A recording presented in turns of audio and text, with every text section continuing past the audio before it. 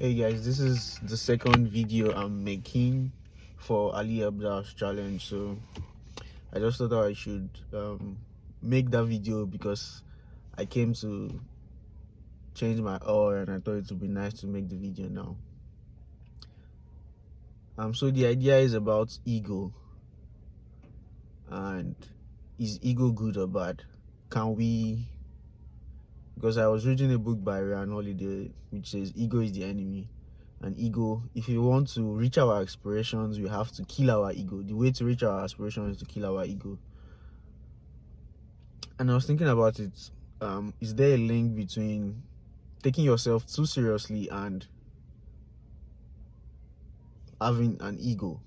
So if you don't take yourself seriously, you are going to kill your ego and you can reach your aspirations. So let me share a quick story about how I have handled my ego in the past and how it has allowed me to reach my aspiration. So I came to Iowa State for my PhD 2023, and I was interested in competing for the 3 minutes thesis competition, where you have to speak about your research or your thesis in 3 minutes. Because I had some communication experience, like presenting my work, it really spoke to me and I began practicing for it. But so you first go for the preliminary stage, and at the preliminary stage I came out first. That I was in the first place. I competed with like 6 to 7 other people before I qualified for the final round. And I noticed that in the preliminary stage I was not so attached to the outcome of the competition. I just wanted to speak from my heart. I just wanted to enjoy myself, enjoy the process. In a way, I think I killed my ego. I was not so interested in winning the competition. I was very interested in just speaking and just making sure I was saying to my ability the best of what I wanted to say, and not caring about being first or second. But after I qualified for the final round, I noticed that I was so attached to the outcome. So in this case, my ego, maybe because of the built-up success from the preliminary round, my ego overshadowed me, and I was very tense during the final round. And okay, I won the People's Choice Award, but I could have done much more better than how I did, because I spoke with my friends and they were like, oh, the preliminary round was much better than the final round.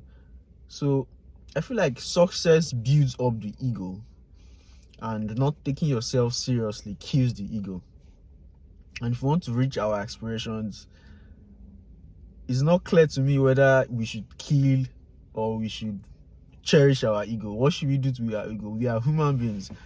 I don't know the literature behind human nature and having an ego, but I know that as we achieve a little bit of success, the ego builds up naturally. We tend to take ourselves very seriously. We also tend to think our ideas are very good and they're very perfect, because that was why we had the success in the first place. And if we are not like really, if we don't ground ourselves enough, the ego can overshadow us and we just tend to go and be all over the place. So what am I taking from this, or what is like very practical for me, is I don't think the ego is bad, as much as we want to be humble. But I think we can know when to bring our ego out, and we can know when to be self-aware enough to know when to reduce it and when to bring it out. One thing that is also very interesting, or one thing that I'm trying to do, is humility. I think when you're humble, your ego is naturally in place. Humility is a way to kill the ego. Humility is very important. It helps you not think you're better than those around you. You listen, you keep yourself grounded.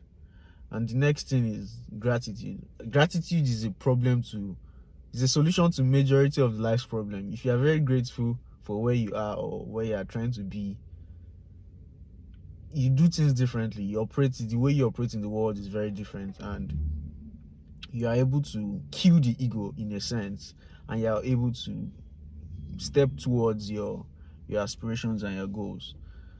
So this is day 2 of 7, and I'm trying to keep myself accountable for Ali Abdaal's challenge. I'm going to post this on my YouTube. Thank you, and expect day 3 of 7. Yep.